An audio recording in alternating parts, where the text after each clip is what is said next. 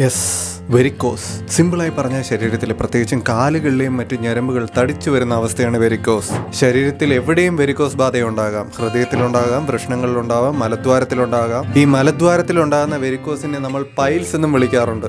So ഇന്ന് നമ്മൾ സംസാരിക്കാൻ പോകുന്നത് നമ്മുടെ കാലുകളിൽ വരുന്ന പലർക്കും തലവേദനയായി മാറുന്ന, തലവേദന എന്ന് പറയാൻ പറ്റൂലല്ലേ, കാലുവേദന, കാലിൽ അസ്വസ്ഥത, കാല് കടച്ചിൽ എന്നിവയായി മാറുന്ന വെരിക്കോസ് വെയിനെ കുറിച്ചാണ്.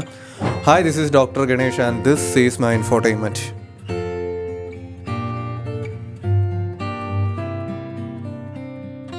വെരിക്കോസ് വെയിനുകളിൽ തന്നെ കാലുകളിൽ വരുന്നവയാണ് ഇന്ന് ഏറ്റവും പ്രശ്നകാരിയായി നിലവിൽ ഏറ്റവും കൂടുതൽ ആളുകൾ ചികിത്സ ആവശ്യപ്പെട്ട് ക്ലിനിക്കിലേക്ക് വരുന്നത്. രാത്രികാലങ്ങളിൽ ഉണ്ടാവുന്ന മസിൽ ഉരുണ്ടുകയറ്റം, മസിലുകളിൽ അനുഭവപ്പെടുന്ന കടച്ചിൽ, പെരുപ്പ്, വേദന, തരിപ്പ്, ചൊറിച്ചിൽ ഇവയെല്ലാം വർദ്ധിച്ചു വരുന്നത് ഈ കാലിലെ വെരിക്കോസിറ്റിയിൽ സർവ്വസാധാരണമായ ലക്ഷണങ്ങളാണ്. സോ ഈ ബ്ലഡ് വെസലുകളെ കുറിച്ച് സംസാരിക്കുമ്പോൾ പ്രധാനമായും രണ്ട് തരത്തിൽപ്പെട്ടവയാണല്ലേ ഈ ബ്ലഡ് വെസൽസ്. ഒന്ന് ശുദ്ധരക്തം വഹിച്ചു പോകുന്നത്, രണ്ട് അശുദ്ധ രക്തം വഹിച്ചു പോകുന്നത്. ഈ അശുദ്ധ രക്തവാഹികളായ സിരകളെയാണ് അഥവാ വെയിനുകളെയാണ് ഈ വെരിക്കോസിറ്റി ഏറ്റവും കൂടുതൽ ബാധിക്കാറ് പതിവ്. അതിനൊരു കാരണം പറയുകയാണെങ്കിൽ, ഒരുപാട് നേരം നിൽക്കുകയും നടക്കുകയും ഒക്കെ ചെയ്യുന്നത് നമ്മുടെ ശരീരത്തിന്റെ താഴ്ഭാഗത്തെ, പ്രത്യേകിച്ചും കാലുകളിലെ സിരകളിൽ സമ്മർദ്ദം വർദ്ധിപ്പിക്കുന്ന ഒരു കാര്യമാണ്. നമ്മുടെ സിരകൾക്കുള്ളിൽ ധാരാളം വാൽവുകളുണ്ട്.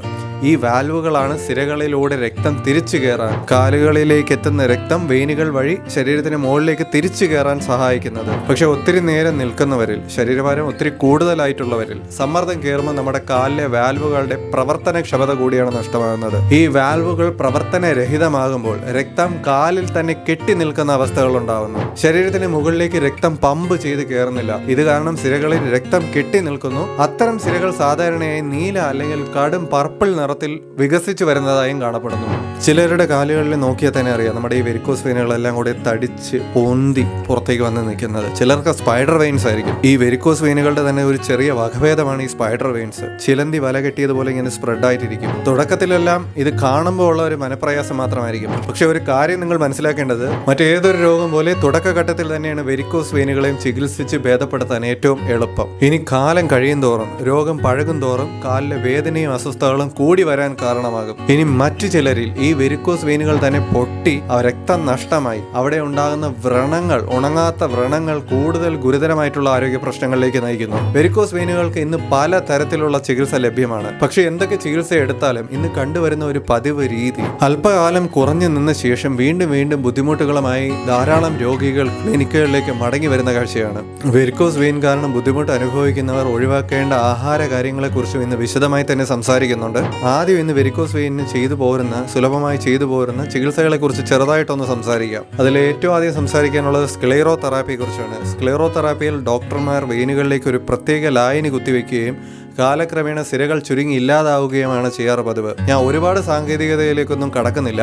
ചെറിയ ചെറിയ വെരിക്കോസ് വെയിനുകളൊക്കെ ട്രീറ്റ് ചെയ്ത് മാറ്റാൻ ഇത് വളരെ നല്ലതാണ്. അതായത് പ്രധാനമായിട്ടും സ്പൈഡർ വെയിൻസിനും തൊലിപ്പുറത്തോട് ചേർന്ന് നിൽക്കുന്ന സിരകൾക്കുമൊക്കെയാണ് ഇത് വളരെ ഫലപ്രദമായി ഉപയോഗിച്ചു പോരുന്നത്.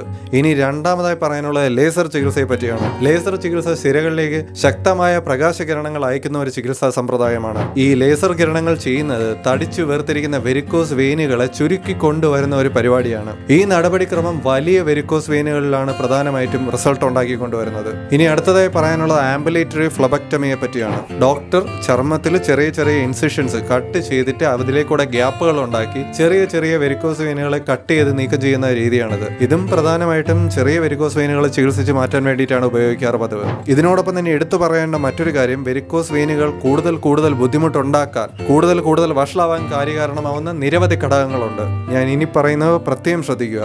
ഇതിൽ ഒന്നാമത്തെ ഘടകം പ്രായമാണ്. ആളുകൾക്ക് പ്രായമാകും തോറും വെരിക്കോസ് വെയിനുകൾ ഡെവലപ്പ് ചെയ്ത് വരാനുള്ള സാധ്യത വളരെ വളരെ വളരെ കൂടി വരും. ഇതിന്റെ പ്രധാന കാരണം, പ്രായമാകുന്നതിനനുസരിച്ച് നമ്മുടെ നമ്മുടെ വെയിനുകൾക്കുള്ളിലുള്ള, നമ്മുടെ സിരകൾക്കുള്ളിലുള്ള വാൽവുകൾക്ക് അവയുടെ ഇലാസ്റ്റിസിറ്റി നഷ്ടമായിക്കൊണ്ടിരിക്കുകയാണ്. ഇപ്രകാരം സിരകൾക്കുള്ളിലെ വാൽവുകൾക്ക് അവയുടെ ഇലാസ്റ്റിസിറ്റി നഷ്ടമാകുമ്പോൾ അവയ്ക്ക് രക്തത്തെ തിരിച്ച് മുകളിലേക്ക് പമ്പ് ചെയ്ത് വിടാനുള്ള കഴിവും കുറഞ്ഞു വരുന്നു. രണ്ടാമത്തെ ഘടകം ജെനറ്റിക്സ്, ഹെറിഡിറ്ററി അഥവാ പാരമ്പര്യമാണ്. വെരിക്കോസ് സിരകൾ കാരണം ബുദ്ധിമുട്ടുകൾ നിങ്ങളുടെ കുടുംബത്തിൽ ആർക്കെങ്കിലും ഉണ്ടായിട്ടുണ്ടെങ്കിൽ അത് നിങ്ങൾക്കും വരാനുള്ള സാധ്യതകൾ കൂടുതലായി പഠനങ്ങൾ ചൂണ്ടിക്കാണിക്കുന്നു. ഇപ്പൊ നിങ്ങളുടെ അച്ഛനും അമ്മയ്ക്കും ഒക്കെ വെരിക്കോസ് വെയിൻസിന്റെ ബുദ്ധിമുട്ടുണ്ടെങ്കിൽ നിങ്ങൾക്കും വെരിക്കോസ് വരാനുള്ള സാധ്യത വളരെ കൂടുതലാണ്. പറഞ്ഞ് പേടിപ്പിക്കുകയല്ല, ചെറിയ പ്രായത്തിൽ തന്നെ ഈ ഒരു സാധ്യത മനസ്സിലാക്കുകയും അതിന് വേണ്ടിയിട്ടുള്ള ചെറിയ വ്യായാമങ്ങൾ നിങ്ങൾ നിങ്ങളുടെ ജീവിതത്തിൽ ഉൾപ്പെടുത്തേണ്ടതും വളരെ ഇമ്പോർട്ടന്റ് ആണ്. ഈ വെരിക്കോസ് വെയിൻസ് വരാതിരിക്കാനുള്ള വ്യായാമങ്ങൾ ഞാൻ ഈ വീഡിയോയുടെ അവസാന ഭാഗത്ത് വളരെ ഡീറ്റെയിൽ ആയി തന്നെ എക്സ്പ്ലെയിൻ ചെയ്യുന്നുണ്ട്. അതിൽ 1-2 വ്യായാമങ്ങൾ,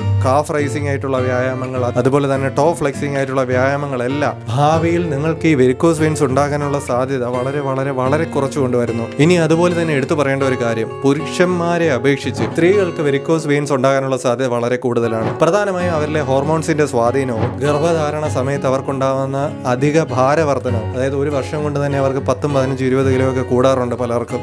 ഇതൊക്കെ കൊണ്ടാണ് സ്ത്രീകൾക്ക് പുരുഷന്മാരെ അപേക്ഷിച്ച് വെരിക്കോസ് വെയിൻസ് ഉണ്ടാകാനുള്ള സാധ്യത കൂടുതലാണെന്ന് പറയാൻ കാരണം. അതുപോലെ തന്നെ ദീർഘനേരം ഇരിക്കുന്നതോ നിൽക്കുന്നതോ ആയിട്ടുള്ള ജോലിയാണ് നിങ്ങൾക്കെങ്കിൽ ഭാവിയിൽ വെരിക്കോസ് വെയിൻസ് വരാനുള്ള സാധ്യത വളരെ വളരെ കൂടുതലാണ്.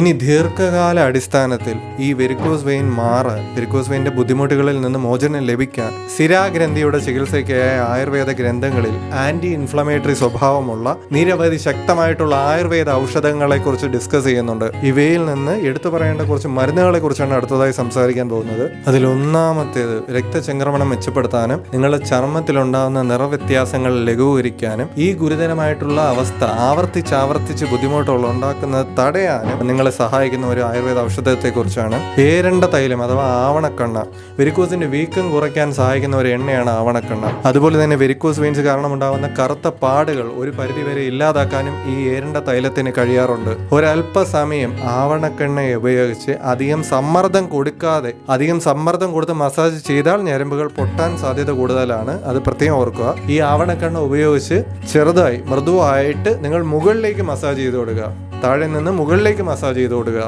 വെരിക്കോസ് വെയിൻസ് കാരണം ഉണ്ടാകുന്ന കറുത്ത പാടുകൾ മാറുന്നതിന് ഇത് വളരെ സഹായകരമാണ്. ഇനി അടുത്തതായി എടുത്തു പറയേണ്ട ഒരു മരുന്ന് മഞ്ചിഷ്ടയാണ്. നമ്മുടെ മലയാളത്തിൽ അതിനെ മഞ്ചട്ടി എന്നാണ് പറയുന്നത്. ഈ മൂന്നാറിലും പരിസര പ്രദേശങ്ങളിലും നീൽഗിരീസിലും ഒക്കെയാണ് ഇത് കാണാറ് പതിവ്. ഈ ആയുർവേദ സസ്യം വെരിക്കോസ് സിരകളെ ചികിത്സിക്കുന്നതിന് വളരെ സഹായകരമാണ്. മഞ്ചിഷ്ടയ്ക്ക് ശക്തമായിട്ടുള്ള ആന്റി ഇൻഫ്ലമേറ്ററി ഗുണങ്ങളുണ്ട്. ഇത് കാലിലെ വീക്കം കുറയ്ക്കുന്നതിനും വെരിക്കോസ് സിരകളുടെ ലക്ഷണങ്ങൾ കുറയ്ക്കുന്നതിനും വളരെ സഹായകരമാണ്. അതുകൊണ്ടൊക്കെ തന്നെ മഞ്ചിഷ്ടാദി കഷായം വെരിക്കോസ് വെയിൻ കാരണം ഉണ്ടാകുന്ന ബുദ്ധിമുട്ടുകൾ മാറാൻ കേരളത്തിലെ ആയുർവേദ ഡോക്ടർമാർ വളരെയധികം ഉപയോഗിക്കുന്ന ഒരു കഷായമാണ്. അതുപോലെ തന്നെ മഞ്ചിഷ്ടാദി ഉപയോഗിക്കുന്ന അഥവാ മഞ്ചട്ടി ഉപയോഗിക്കുന്ന ഒരു എണ്ണയാണ് പിണ്ട തൈലം. നിങ്ങൾ ഒരുപാട് പേര് കേട്ട് കാണും. ഈ പിണ്ട തൈലവും വെരിക്കോസ് വെയിൻസിനെ വളരെ എഫക്റ്റീവായി ചികിത്സിച്ച് ഭേദപ്പെടുത്താൻ ഉപയോഗിക്കുന്ന ഒരു എണ്ണയാണ്. ഇനി അടുത്തതായി സംസാരിക്കാനുള്ളത് സാരിബയെ കുറിച്ചാണ്, അഥവാ മലയാളികളുടെ നന്നാരി. ഇതിന്റെ വേരുകൾ അഥവാ സാരിവ വേരുകൾ, നന്നാരി വേരുകൾ വെരിക്കോസ് സിരകളെ ചികിത്സിച്ച് ഭേദമാക്കുവാൻ സഹായിക്കുമെന്ന് കണ്ടെത്തിയിട്ടുണ്ട്. ഈ വേരുകളിൽ ചർമ്മത്തിന്റെ നിറം മെച്ചപ്പെടുത്താനും വേദന കുറയ്ക്കാനും കഴിയുന്ന ധാരാളം സസ്യ സംയുക്തങ്ങളുണ്ട്.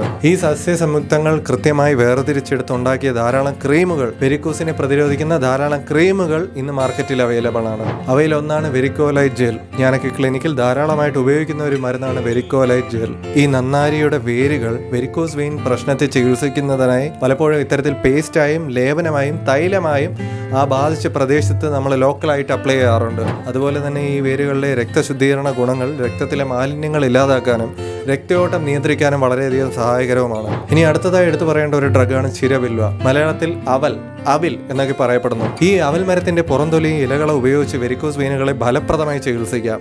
ചിരവിൽവ ഒരു പ്രകൃതിദത്ത രക്തശുദ്ധീകരണ മാർഗമാണ്. അത് കഴിക്കുകയോ ലോക്കലായി അപ്ലൈ ചെയ്യുകയോ, ലോക്കലായി ഒരു പേസ്റ്റ് ആയിട്ട് അപ്ലൈ ചെയ്യുന്നത് നമ്മുടെ വെരിക്കോസിൽ നിന്ന് റിലീഫ് കിട്ടാൻ വളരെ വളരെ സഹായകരമാണ്. മരത്തിന്റെ പുറംതൊലി പട്ടയിൽ നിന്നാണ് ഇപ്രകാരം പേസ്റ്റുകളൊക്കെ തയ്യാറാക്കി എടുക്കുന്നത്.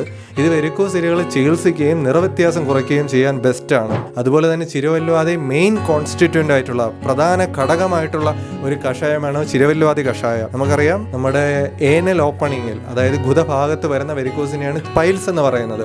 പൈൽസിന്റെ ആയുർവേദ ചികിത്സാ പ്രോട്ടോക്കോളിൽ വളരെ വലിയൊരു സ്ഥാനമാണ് ചിരവല്വാദി കഷായത്തിനുള്ളത്.